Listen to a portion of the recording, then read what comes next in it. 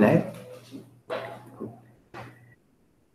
So, good morning, everyone. This is Jerry from People Matters, and we're back with another exciting session for our webcast in partnership with the Center for Creative Leadership. Today is Setting the Foundation, Building First Time Leaders. This webcast is bringing you experts in ways quintessential to upend first time leaders and provide them with the right ammunition to succeed. So, before moving to the agenda of today, I'm going to give you a brief about the topic. So research suggests that almost 60% of first-time leaders said they never received any training when they transitioned to a leadership role. And 26% of first-time managers felt that they were not ready to lead others to begin with. First-time leaders, managers are doing a poor job according to their subordinates. So in this webcast today, we will focus on how organizations can help this vulnerable set of leaders. What are the biggest challenges for first time managers?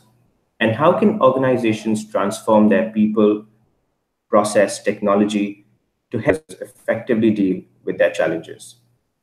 So I'm going to introduce the speaker for today. We have the privilege of having with us Samir Mehta, who is the blended learning leader at the Center for Creative Leadership. Samir serves as the digital learning product manager at CCL.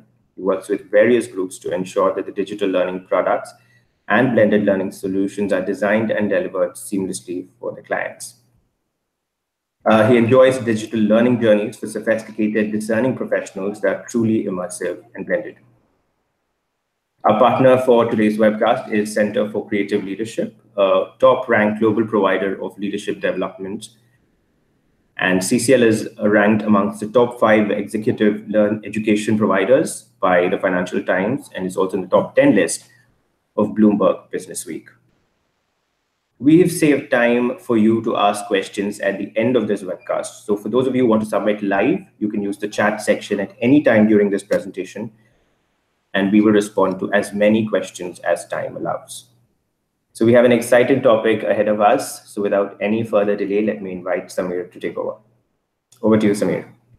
Thanks, Jerry. Thank you very much. Hi, everyone. Thank you for sharing your time with us. Time is really the most expensive commodity anyone has. So really, really appreciate you all sharing your time with me.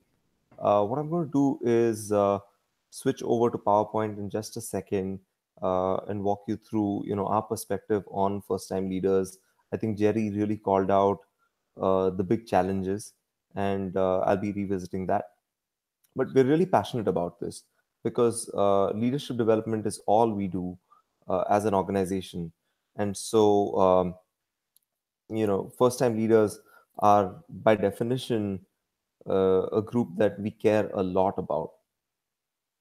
And we've done some research on that. I'm going to share sort of our perspective from that research and really look forward to a lively discussion with all of you.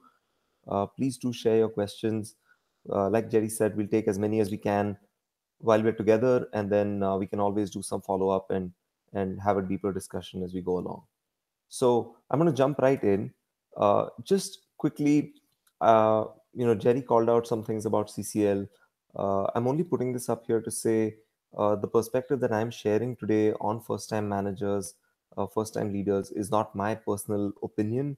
It comes from the deep research that CCL has done across the globe and a collective wisdom that we have through 50 years of focus on leadership education, working with over 30,000 leaders annually. We work on 6 continents. We work with clients in across 135 countries, and we treat that very seriously. And the ranking that we have from the Financial Times comes from clients directly. And so we are very, very grateful to be able to work with all the clients that we do. And everything that we do comes through research. So before we get into first-time managers, it's really, really critical group.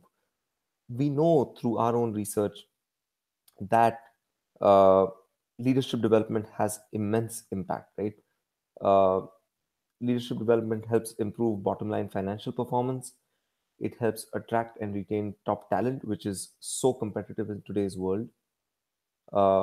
It helps drive strategy execution and creates organizational alignment. And finally, it increases organizational agility and success in navigating change. And if you think about the digital transformation that the world is really going through right now, the sort of volatile, uncertain, complex, and ambiguous world that we live in today, navigating change is so critical. And if we don't have the right people who are given the right skills and capabilities to do what they need to do, we're just not going to get there as organizations. So, what I'm going to share today is a lot of CCL's collective wisdom, but a lot of that was sort of put together by a researcher at CCL by the name of William Gentry in a book called Be the Boss Everyone Wants to Work For. And we also have a digital product that sort of brings to life all that research that I'm going to share here.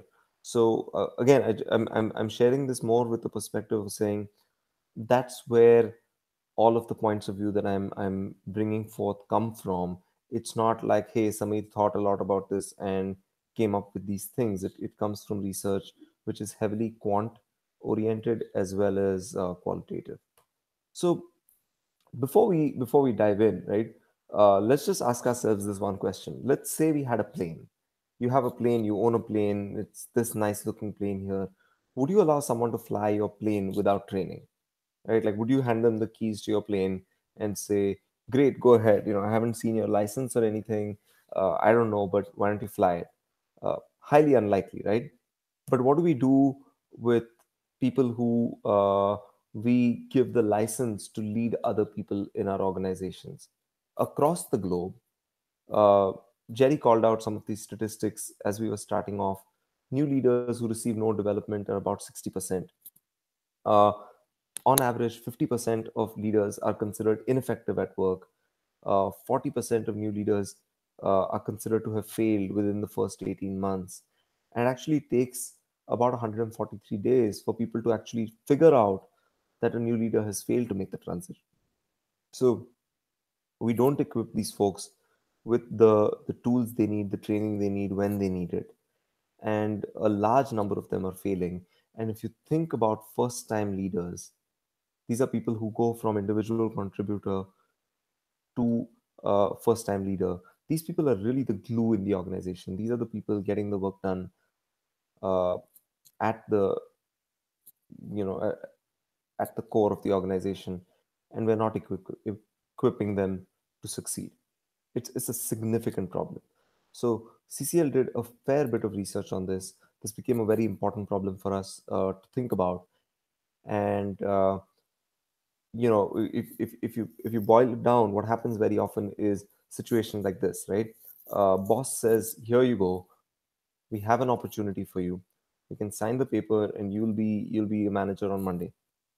And sometimes people think about it and say, okay, so Friday I'm going home with this letter in my hand, and Monday I'm a manager. So I'm suddenly in this position of managing other people. And how am I supposed to do this? And if you sort of think about why people get promoted, right? More often than not, it is because they were individual contributors or professionals, because they were very, very competent. They have a track record of exceeding expectations in tasks they are assigned. They're kind of like the superhero, right? They're Batman. They fight on their own and they get stuff done. They have a very special set of skills that make them who they are. However, if you think about it, exceeding expectations, having a special set of technical skills, these things help you stand out from others and make you a high performing employee and possibly a phenomenal movie hero, but it does not make you a boss everyone wants to work for. And if there are any Game of Thrones fans in the audience, if you go back to the point where Jon Snow's leading the Night's Watch and he's trying to do something and he's just not able to get his everyone along with him. He has a mutiny, and it's quite graphic, but it doesn't have to be that bad. But if you lose the support of the people you lead, it doesn't matter how good you were as an individual contributor, right? What you did doesn't get you what you need. So the script of the individual contributor, the mindset that they've got, the script that is going on in their head is, I got promoted to my first managerial role because of my dedication, my drive, my initiative, my work ethic, my technical skills, and the accomplishments that I made that directly contributed to the success of the team and the organization. And what you'll notice in this sentence is the number of times it says I, my. It's all me. Right? That's the individual contributor mindset. And the flip that you need to make, the biggest flip you need to make is, it's not about me anymore. The individual contributor has to go from me to we. And it seems really simple, but it's not. And this is the core of why so many individual contributors fail to really become outstanding first time leaders. Because we're not trying to create people that can kind of sort of do the job, right? Everyone can kind of sort of do the job. The goal is to create outstanding first time leaders. And so, what we found is that there are 6 key flips that a first time leader must make to succeed. So, I kind of talked about the overarching flip, which is, I need to go from thinking about me to we. But how do I do that? When you break that down, what CCL found in its research is that there are these 6 key flips that a first time leader must make to succeed. What I'm going to do for the next uh, 30 minutes or so is walk you through these flips very quickly. Okay, so let's talk about mindset. So the mindset, if you think about it, there's kind of 3 layers to it, which is uh, at the outside, it's how do others experience my actions, and therefore how do they perceive me as a leader. You go down that one level below that is, how do I act as a result of my assumptions and beliefs, and at the very core is, what do I believe, what do I assume, what do I value. Most people don't get to see that, right? What is core to me? And that's the mindset piece. And one of the things, this quote is really powerful, which is, whether you think you can or you think you can't, you're right. This is attributed to Henry Ford most of the time. Um there's a researcher that we admire a great deal at CCL, and there's a mindset that she talks about, which is a fixed mindset versus a growth mindset. A fixed mindset says, um, I know what I know, I can do what I can do, and that's it, right? At some point in my life, I topped out. This is all I can handle. A growth mindset says, I can always learn, I can always get better, I can continuously improve. And uh, when you go from individual contributor to first time leader, you really need to go into it with a growth mindset. You have to flip your mindset to say, what got me here isn't going to get me there, and the skills I need are new and I can learn them. I have a growth mindset. I think I can, and I know I can learn how to do it. It's a critical thing. There's a lot more detail. Again, as we go through, you'll see that I'm touching on each of these flips very briefly. There's a great deal more detail that we explore in the book, that we explore in the digital product, that just for the sake of time, I'm not able to go into. But hopefully, this is the tip of the iceberg that at least intrigues you enough to learn more about it. So let's talk about skill set then.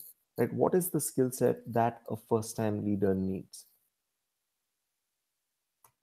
So, how we went about finding out even what is the skill set that a first time leader needs is, you remember back when I said CCL works with over 30,000 leaders a year. uh, we conduct a ton of uh, assessments on these leaders.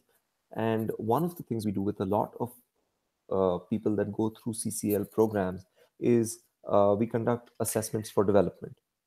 We kind of pioneered the space of assessment for development.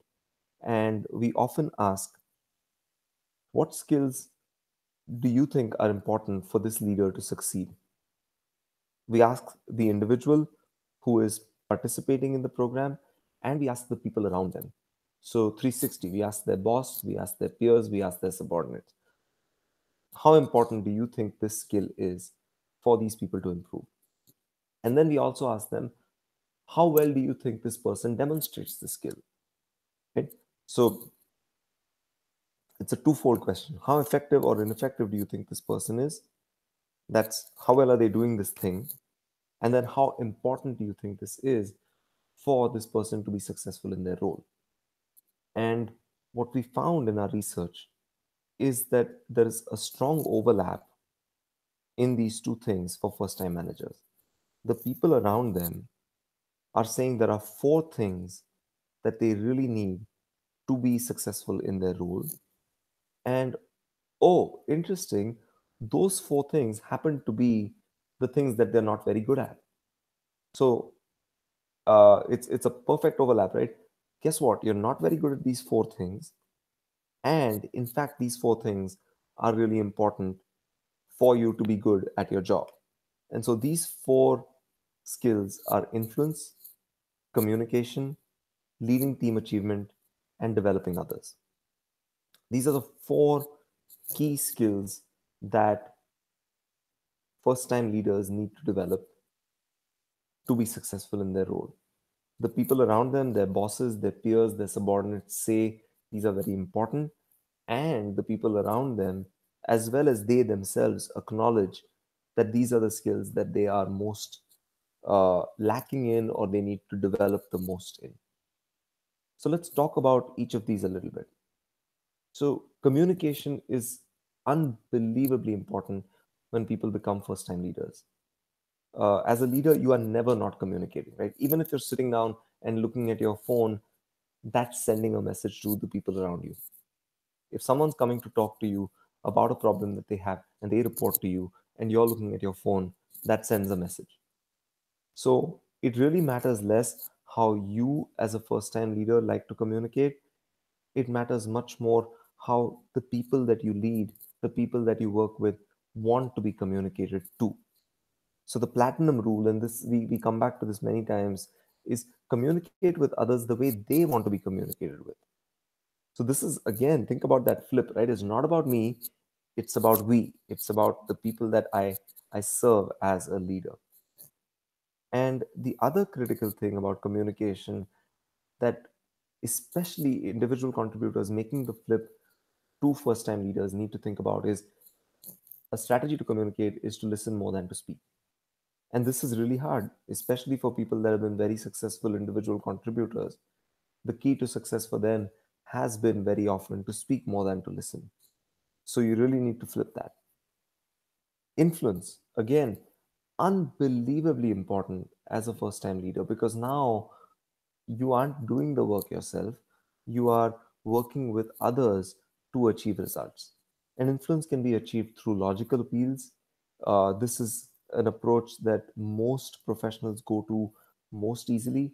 Here's my logical argument, here's the intellect, here's the data, here are the reasons, here are the facts. We always talk about come with data. But more often than not, we often ignore these other two approaches that can be just as successful, if not even more. Emotional appeals, right? How can we connect to people's beliefs, to values, to emotions that they care about, and therefore they will do something that we need them to do? Uh, and then cooperative appeals. Can we accomplish a common goal? Can we establish common ground? Once again, the platinum rule: influence others the way they want to be influenced, not the way you want to be influenced. And this is hard. I'm not saying by any means these things are easy, but these things are really important for first time leaders to be successful. So let's talk about relationships then, because that's critical. That's a critical flip. You think about folks, and I found this funny. I was kind of getting ready to do this presentation, and you think about uh, individual contributors, and you know you go one day from being people's friends to now being their boss, or you go one day from being someone's subordinate to now being their peer. And so it's the exact opposite. If anyone remembers this VIP commercial from the early 90s, which is you know कल भी आज भी कल भी कुछ रिश्ते बदलते नहीं, जैसे VIP. It's not like VIP luggage at all.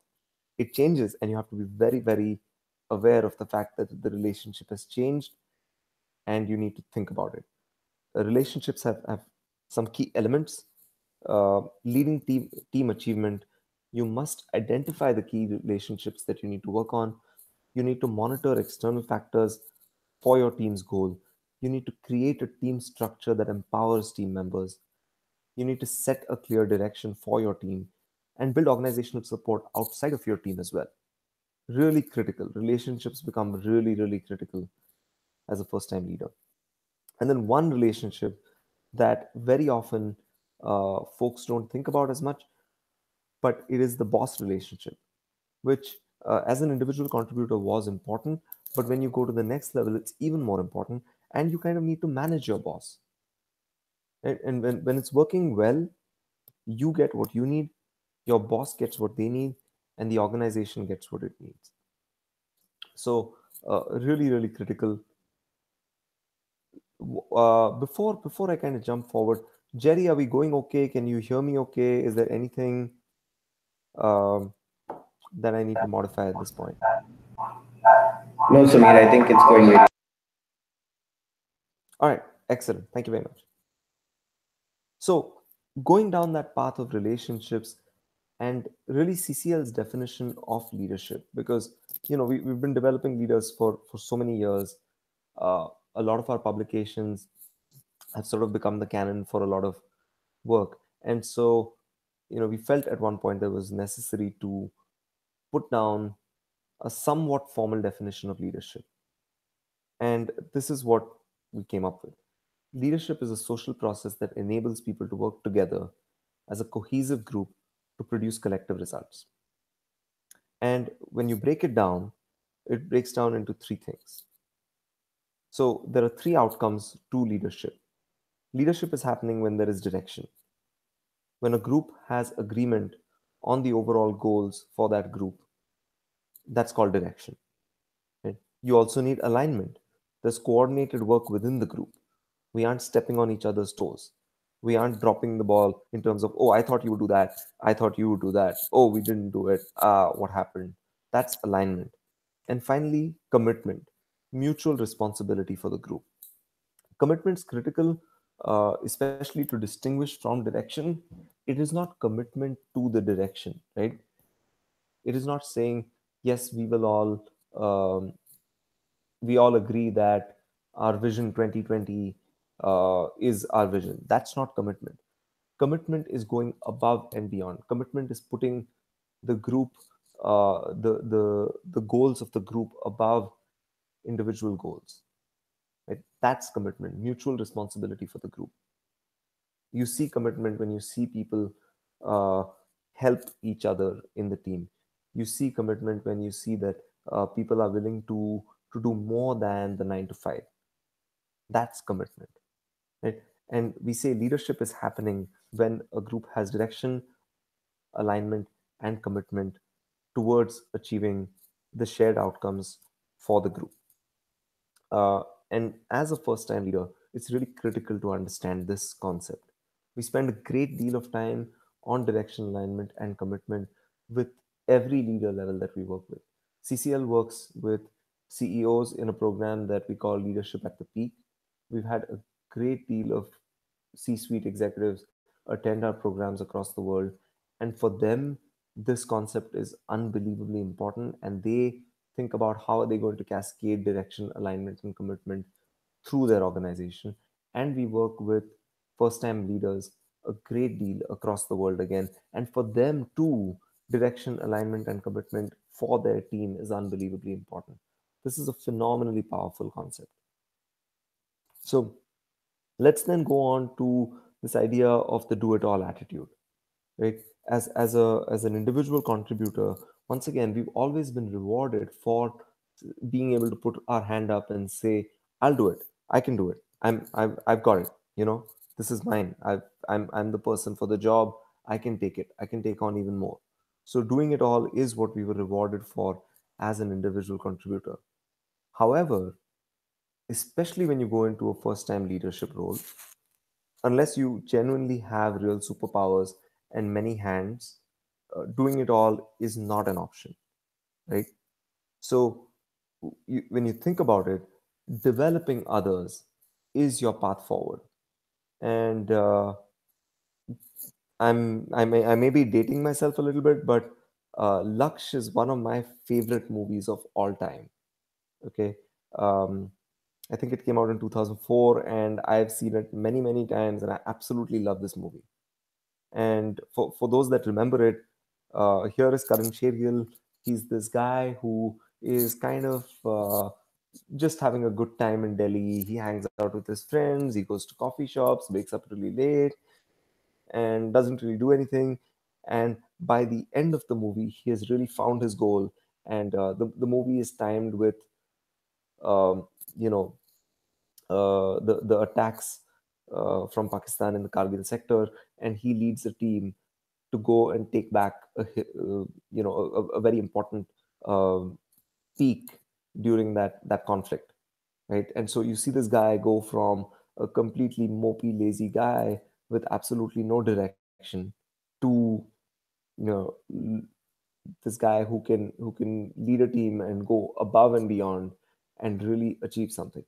And when we look at the movie Laksh, we always think about Karan Shergill and how this guy became this amazing guy, right? Um, what hit me when I was sort of thinking about first time leaders is the people that helped him get there.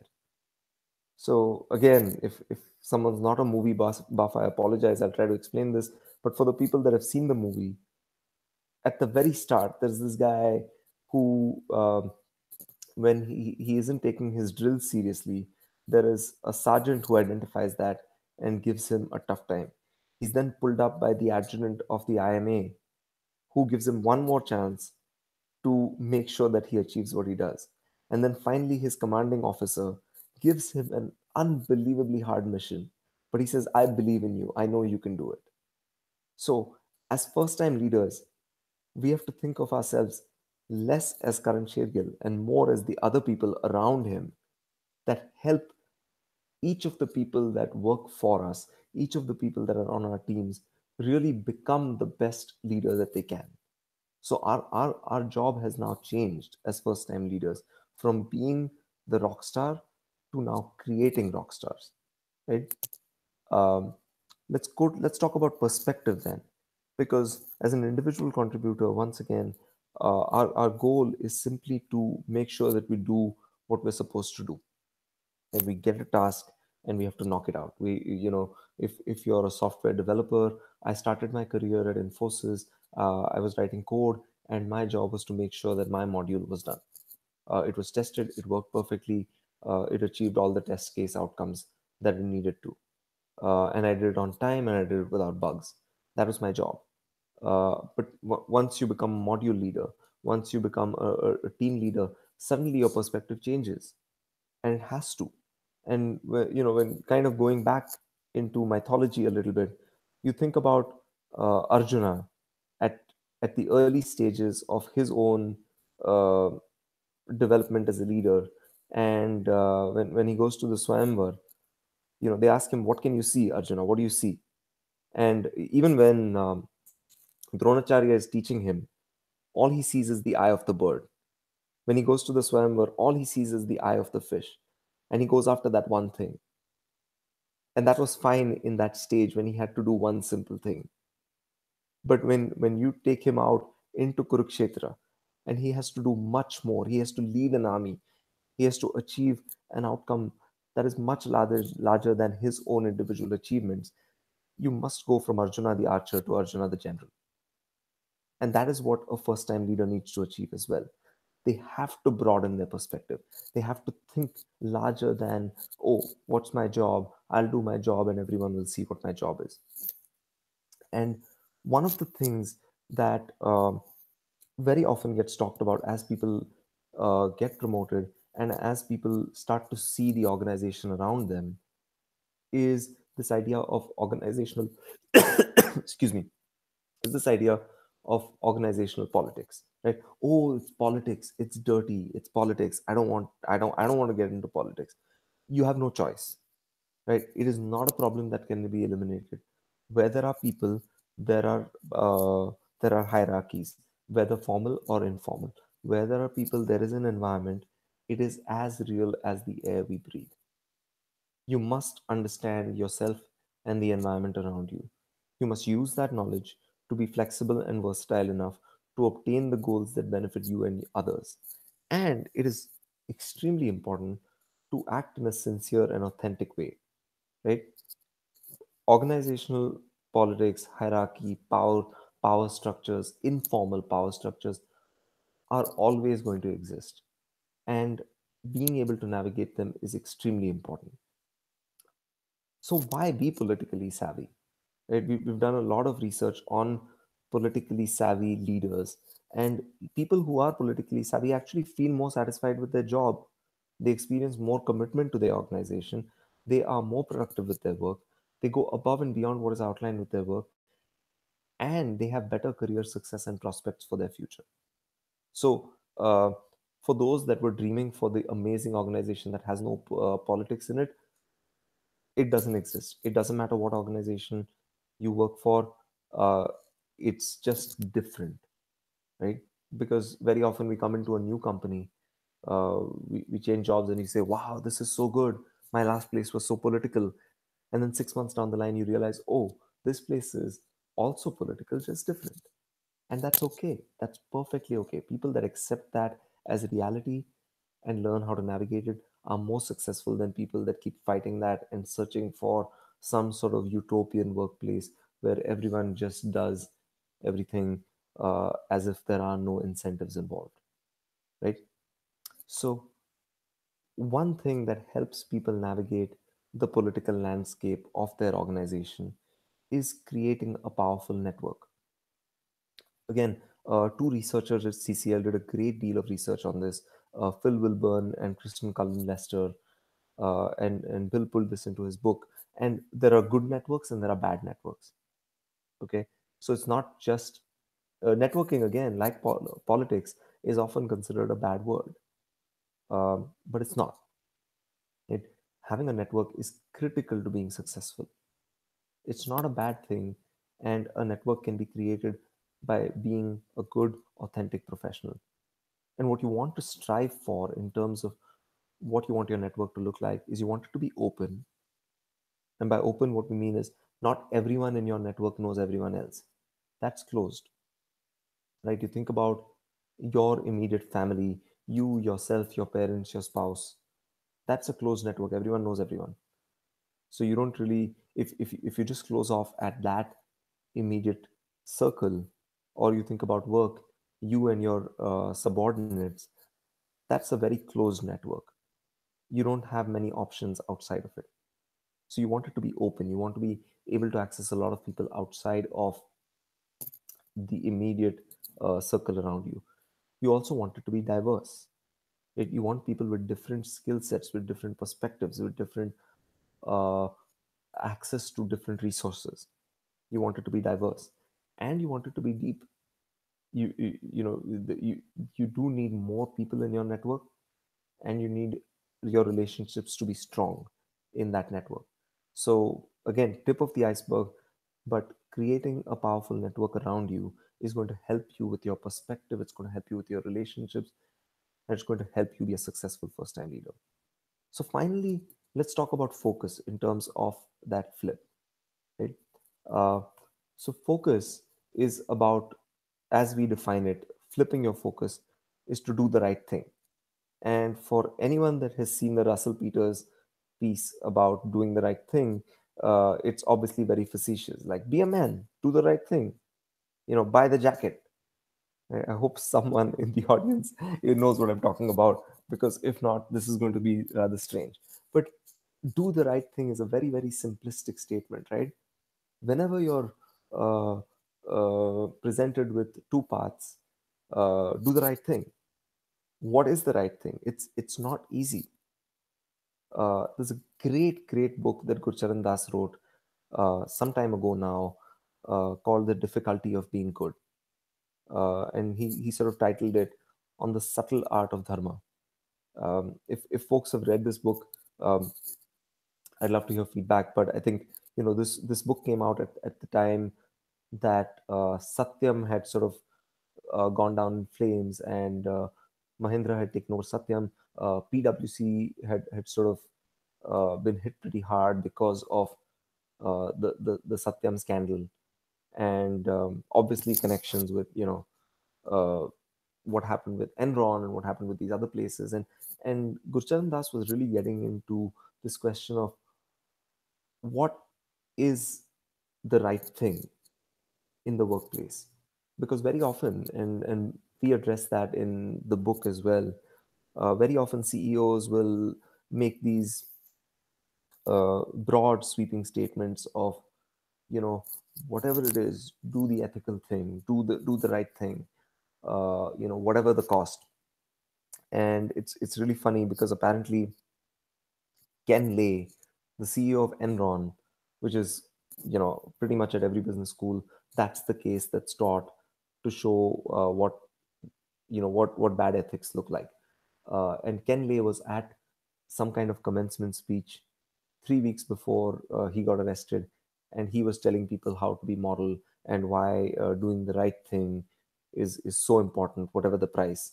And then you suddenly discover, what it's like. So, by no means is making the right choice, the fair choice, an easy thing, but it's really important, especially as we step into a leadership role. And here's why: because people see your integrity and your character, and that builds trust. And trust leads to success, which further builds your integrity and your character. So, if we are in this for the long term, and we all are, right, where all of us see our careers as a long term game, nobody sees their career as a short term game. Whether you're leaving this job in 3 months or you're going to stay in the job for the rest of your life, your career is a long term thing.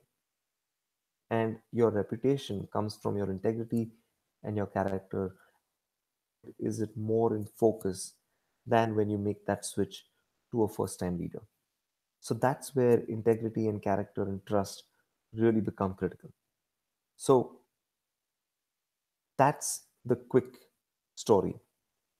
First time managers, it is really critical for them to go from thinking about me, myself, and I to we, us, all of us around us. And the six flips that CCL has identified that help a leader go from successfully make that leap are mindset, skill set, relationships, do it all attitude, perspective, and focus. We've shared a little bit about that. But there was another piece that we were going to talk about in today's session.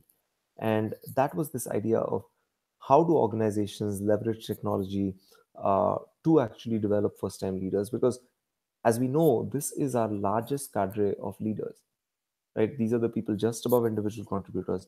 We have a ton of them. And for the folks that were here for the last webinar that I did, I shared 6 strategies that we have for digital learning success.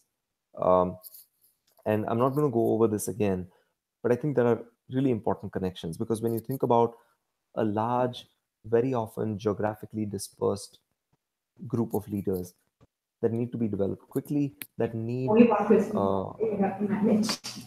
hello? Yes? Hey, Jerry, is there a question? Oh, no, I think we just had some background noise. Okay, so um, if you think about how do we leverage technology to reach this group of people across a large geographic span, who are often getting promoted almost every month, sometimes 4 times a year, sometimes 2 times a year, um, hiring laterally, and we want successful first time leaders. I think the 6 strategies that we shared for digital learning success have some good um pointers, some good guidelines to help develop leaders.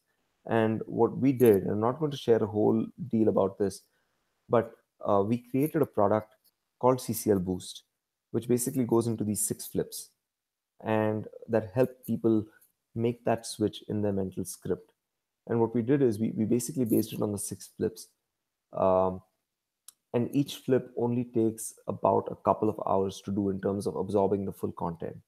And what a lot of our client organizations are doing is taking, excuse me, taking that product and giving it to first time leaders, either as a group. So if they've promoted a large group, they're putting the entire group through, at one go, or as people get promoted, HR business partners know that the organization has CCL boost at hand. And so when someone gets promoted, as part of their onboarding into their new role, they're being given boost. And so not only are you getting the technical skills that you need as a first time leader, because as a first time leader, there's a lot of things that you're doing that you didn't do before. You're doing appraisals, you're doing timesheets, you're doing some very tactical things. They need to know how to do those tactical things, but they also need to know how to behave now as a leader. And we developed Boost with that exact passion. We wrote the book with that exact passion of saying, can we give our client organizations and leaders, this is also a retail product, so people can come to our website and buy it straight off e-commerce, but can we give leaders who want to be successful in their role a way to get the bare minimum skills that they need? When you talk about those 6 flips, the bare minimum that they need to make these flips successfully in the least amount of time, at their pace, in their space. That's what we built Boost for. And we've seen a great deal of success with it. We keep learning from our clients, we keep tweaking the product. I'm the product manager for that product as well. Um, and so that's really it. I'm going to stop here and ask Jerry to kind of jump back in. Do we have questions, reactions? Where do we want to go from here, Jerry? Right. Thank you, Samir. Thank you. That was a fantastic presentation. And thank you for making it really interesting. I mean, there were a lot of pop culture references, mythology movies. So it's quite interesting to, hear that. Hmm. So we have questions pouring in, but I wanted to start with one of the first flips that you spoke about, which is the mindset, Hmm. right? And you spoke about this different points in the presentation, and you said how it's no longer about being the rock star, but creating rock stars, and how it's no longer about themselves being successful, but helping others becoming successful. So that's a difficult mindset to adjust to, Hmm. as first-time leaders. How can they best do that?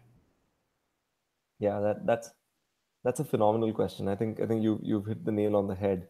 Um, I think you know.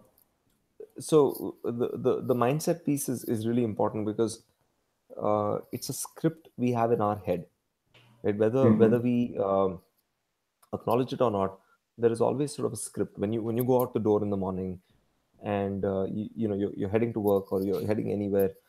There is something you're telling yourself, right? Right. We always have that internal mind chatter, and Hmm. CCL's been doing a lot of work on sort of the neuroscience of leadership. And one of the things that we do our with some of our programs is we actually have people write a letter to their future self. Hmm. So that's one way that we help them think about that mindset. So Okay. we say, what's the letter you want to write to your future self?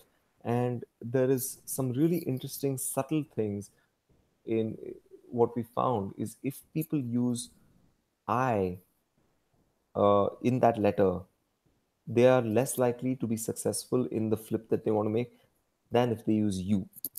So if you address yourself as you, Okay. it actually it helps you put an objective distance between what you're doing and what you want to be doing. Okay. So that's one thing that we found. And even in sort of the self-talk, we encourage people to try and do that with themselves, which is um, almost talk to yourself as your own coach, right? And Hmm. so you're able to distance yourself and say, okay, Samir, what are you doing right now? Are you helping this person that's on your team, or are you looking smart? And suddenly the ego is kind of taken out of it. So I know this is a bit of a back and forth answer, but um, the mind Right. chatter is the biggest part to think about in terms of flipping that mindset. Right.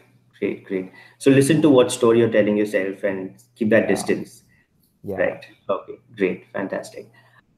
So we have this question from Sushmita, I think from Vodafone, and she asks she'd like to know more about emotional appeal and more specifically about assessing and developing emotional quotient. Are there any tools that can help them, and yeah, especially in the context of first time leaders.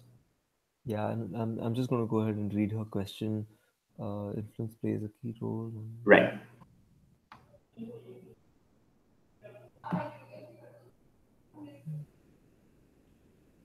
Yeah, there are.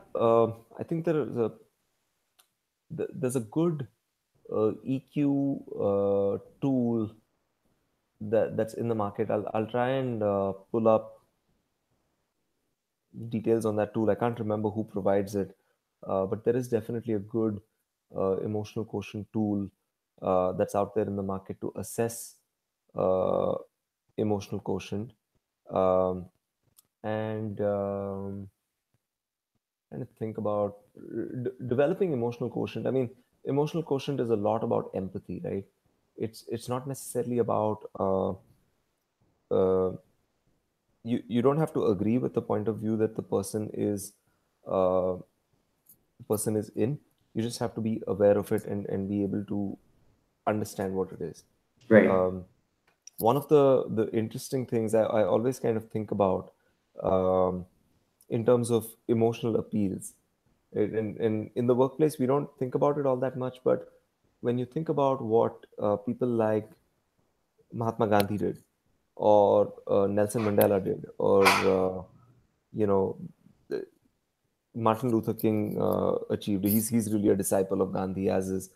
Mandela. Uh, they asked people to do something with absolutely no reward, right?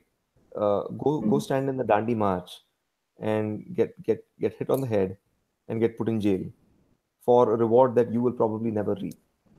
Um, and they connected to something very intrinsic um, to people. And while in the workplace that is harder to do, no doubt, because everyone's coming in, they expect a salary, they expect to leave. Uh, Intrinsic motivation is something that is a great way to sort of make that emotional appeal. And these are not uh, emotional appeals can't be made uh, as transactions, Hmm. if that's the right word.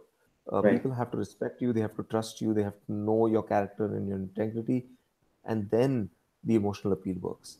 Right. But I know I'm answering kind of a different question from what Sushmita asked. Sushmita, I'll make sure that I come back with the EQ tool that I know of, but it's just not coming to my mind right now. Okay, fantastic. Our next question is from Joyce, who asks, do first-time leaders need basic HR skills? And I think she's talking about people or talent skills, managing talent skills. Uh, yeah. I mean, no doubt, right? So there's definitely two sides to it. There's the one side, and the word I really hate is soft skills, right? Mm-hmm. Because when we say soft skills, we suggest in some way that these are easy to do, but they're really human skills and they're very hard to develop. But then, of course, on the other side are technical hard skills. And Joyce, if I'm misinterpreting your question, please do send a chat message and let us know. But um, there are some things that we must be able to do, uh, technical skills that we must be able to be able to then move on to the human skills. So, again, I started my career as a software developer, and we see a lot of um, stuff in media today. For example, Google did some research, and Google came up with this thing about what's the most important thing for teams, and trust is really important on teams, and the fact that collaboration is really critical, and all of that. And some people were kind of interpreting that as, oh, so this is more important than engineering skills. And my perspective, at least, was no, they are very much two sides of the same coin. So unless we have the technical, tactical skills and abilities down perfectly, we cannot move on to the human side of it. Like, for example, let's say performance appraisal, right? Something everyone has to do. It's really important for an organization to function successfully, to have a good performance appraisal process in place. Whatever your HRIS system is, whatever, whether you do quarterly conversations, biannual conversations, or annual conversations, everyone has a performance appraisal. If you don't understand how your system works, and you don't understand what is expected of the people that report to you and what is expected of you, and how that rolls up all the way across, technically, then you're just not going to be able to have the human conversation with the people that report to you about what's important to them. So I completely agree that they do need basic HR skills, and they do need to understand the systems that are in place that their organization has put together for them to be successful managers. Great. We have two questions which are sort of related. Ranjan asks, as a leader, how do you engage a team member who's adamant and not aligned with the mutual goal of the business? And there's another question by Samir who asks, ego management, how important is it? And also, how is it true that the more you move up the ladder, ego also increases at the same pace? Yeah. So great questions, and yeah, you're right. They are connected. So so first, let's take the adamant one. If there's someone on your team that's being adamant, or is just not aligning with the outcomes of the team, um, you know, you definitely want to take that conversation privately. That's the first thing. You don't want to make that a public thing, because then the ego comes in, right? If I'm in a public argument with anyone, whether I like it or not, the egos come in. So try and make that as private as possible. And open-ended questions are really critical to trying and determining what's going on with uh, with people. And I know we have a lot of uh, HR and L&D folks on this call. So I know I'm sort of preaching to the choir here, right? So you guys know what I'm talking about. But uh, helping first time leaders appreciate the value of open-ended questions, I think is our challenge. So to tell them, instead of giving a yes or no sort of question, uh, ask with start your question with how might, start your question with why, and once you've finished your question, like, be quiet and let that person respond, right? If there's someone that, because I think when someone is being adamant, uh, that means that their motivations are not aligned with whatever it is that you want the team to do. And if you are to change their motivation, you must first understand what their motivation is, right? uh, Undoubtedly you can always come to an impasse where the goals of the individual and the goals of the team or the organization are just not going to get aligned, and then they might have to go separate ways, different team, different organization. But that is really the final last stage that none of us want to be an option, until you've exhausted everything else. I think teaching first time leaders to ask open-ended questions and just use the power of silence to let someone share. And I think this is something that is actually covered in the book, is you don't have to solve every problem, you just have to hear them out. And first time leaders really need to understand that, again, they're coming from that individual contributor mindset, which is, I solve problems, I fix stuff. Hmm. And to switch over to uh, the mindset of, uh, I help you solve your problems yourself, is a hard one. We do a lot of workshops on coaching skills for managers for that exact reason. We get asked to do this with our clients so often because managers lack coaching skills. But kind of connecting then to ego management and the challenge of, um, ego grows as you go up the organization. That is undoubtedly true. And excuse me, again, in the book, one of the things that we talk about is, um, what are some values that are really important as people go up in the organization. And what was interesting was, there was some research done with over 4,000 people at a middle management level, and integrity didn't come up at all, right? And then research was done at the C suite, and integrity came up a lot. Um, Self promotion came up quite a lot at the middle management level. So what's really interesting is a skill that you need when you get to a much more senior position is not a skill that's valued at a lower level, you know. And so for leaders, that's really critical. And I think one of the ways for people as they go up the organization to manage their own egos uh, is through seeking feedback continuously. Um, and again, I'm very cognizant that I'm speaking to a very, very uh, knowledgeable audience, but we can take the horse to the water. We can't make them drink. So if someone doesn't want to be self-aware, we cannot make them self-aware. But there are many people who are looking for sort of a mirror, right? And the way CCL thinks about assessments overall, assessments for development. So I just want to distinguish that CCL focuses on assessments for development, which means that we do a 360, but the results of that 360, more often than not, almost 99% of the time, are only for the individual that is seeking that feedback. And we let that be known to everyone around them. And that sets things up very differently.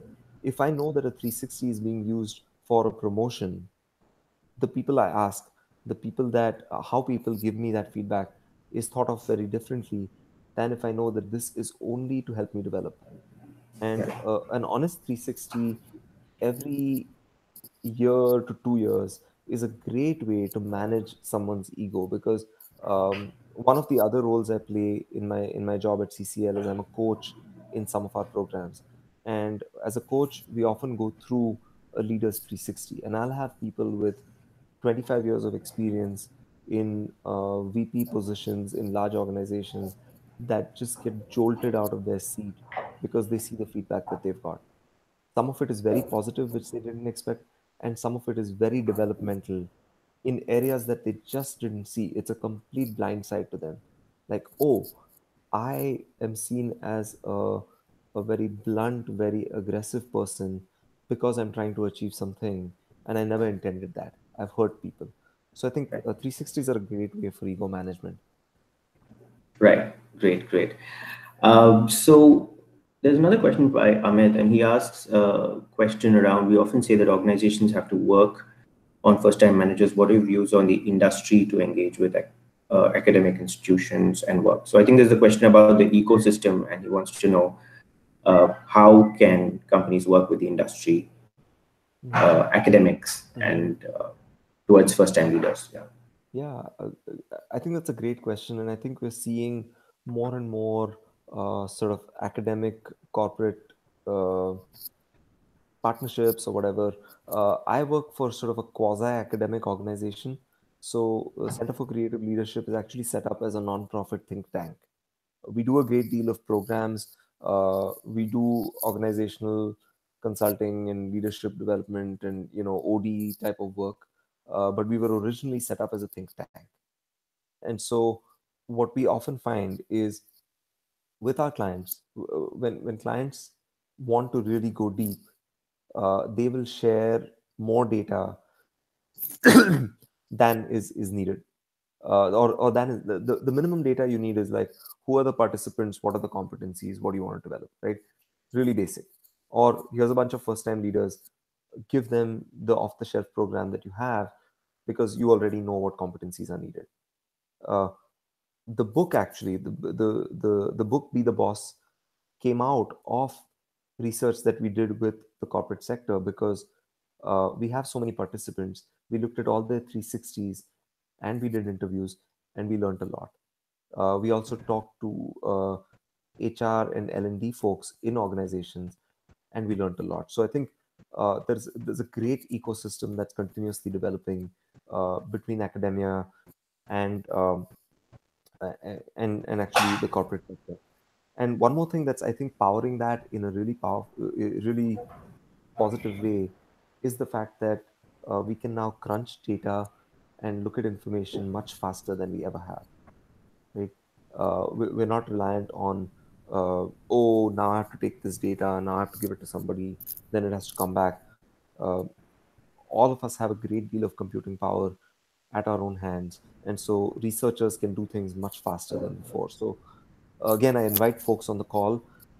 If there are sort of burning questions for you that says, hey, I wish we had some researchers, I wish we had some PhDs to think this through with, and we'd love to do a project with an organization.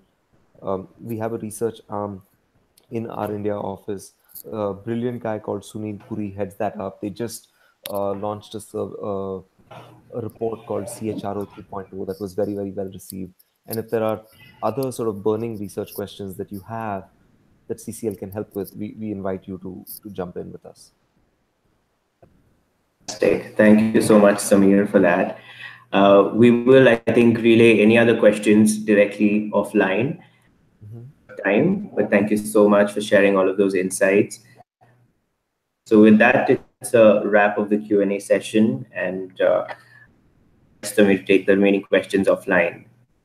So thanks to our partner, our speaker for the webcast, and thank you for joining us here today for many more such exciting sessions. And that concludes the webcast. Thank you and have a great day. Thanks. Bye. Bye bye.